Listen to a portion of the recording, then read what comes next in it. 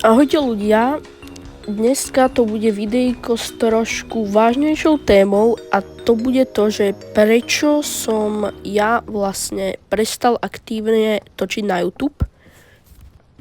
Toto videjko by som chcel dať do dvoch častí a to je, že prečo som prestal natáčať na YouTube a že čo bude potom to vlastne, že či budem ešte natáčať alebo že či sa na to úplne vybodnem. No a teda môžeme začať tou prvou časťou, že vlastne prečo som prestal natáčať. No keď sa nad tým tak zamyslím, tak ja by som to tiež rád vedel.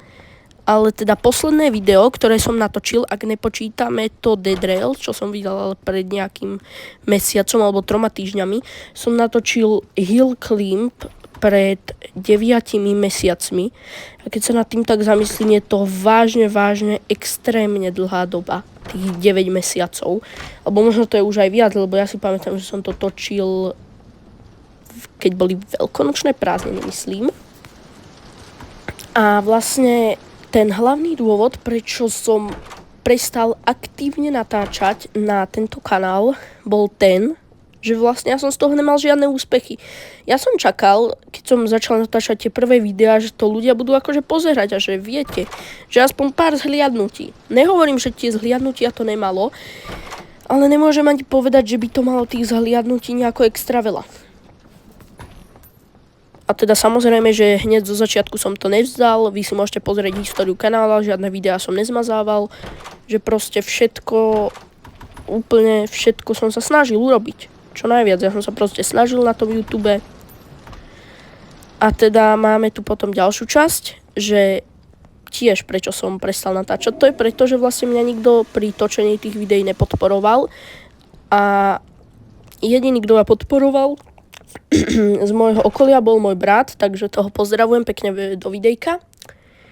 No. A tým vlastne, že ja som nemal ako keby sledovanosť, alebo proste tak ja som úplne stratil motiváciu. Ale nemôžem povedať, že hneď by som stratil tú motiváciu, ako som už vravel. Ja som natáčal aspoň, koľko to bolo, možno 3 mesiace, alebo aj 4. Ja som dokumentoval celý svoj život. A vlastne to dospelo až k tomu, že som si dal takúto veľkú pauzu. No. A teraz po tom extrémne dlhom čase som tu opäť späť.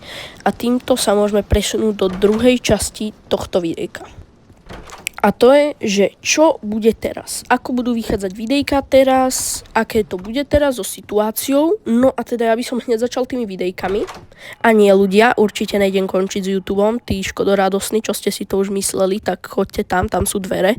Žiadne končenie sa nekoná, mojka. No a ide o to, že by som chcel natáčať možno 2 videá týždenne, maximálne. Že jedno video by bolo úplne, že také veľké a druhé video, kebyže mám nejaký voľný čas, tak by som urobil ako keby také doplnkové. A to hlavné video by vychádzalo v nedeľu večer a to doplnkové v stredu, nech to je také vyrovnané. Ale samozrejme toto bol len nápad a možno to ešte nejako upravím. Ale samozrejme ešte to je všetko v priebehu a keď tak napíšte nejaký koment, ja si všetko vypočujem, ja s tým nemám problém. Napíšte v primeranej forme aj kritiku. Takže proste ľudia, pohodka. A teda toto videjko by som chcel zakončiť tým, že pokračujem v točení na YouTube. Ja som mal takú pauzu teraz dlho, ako som už vravel, takže teraz už jedno videjko si pripravujem, dneska ho už len dostrihám a už vyjde možno niekedy. A teda ľudia, to už asi všetko, nejaké dotazy, ktoré máte, mi napíšte do komentov, ja odpoviem. A teda no, dajte odber, like, follow a čaute.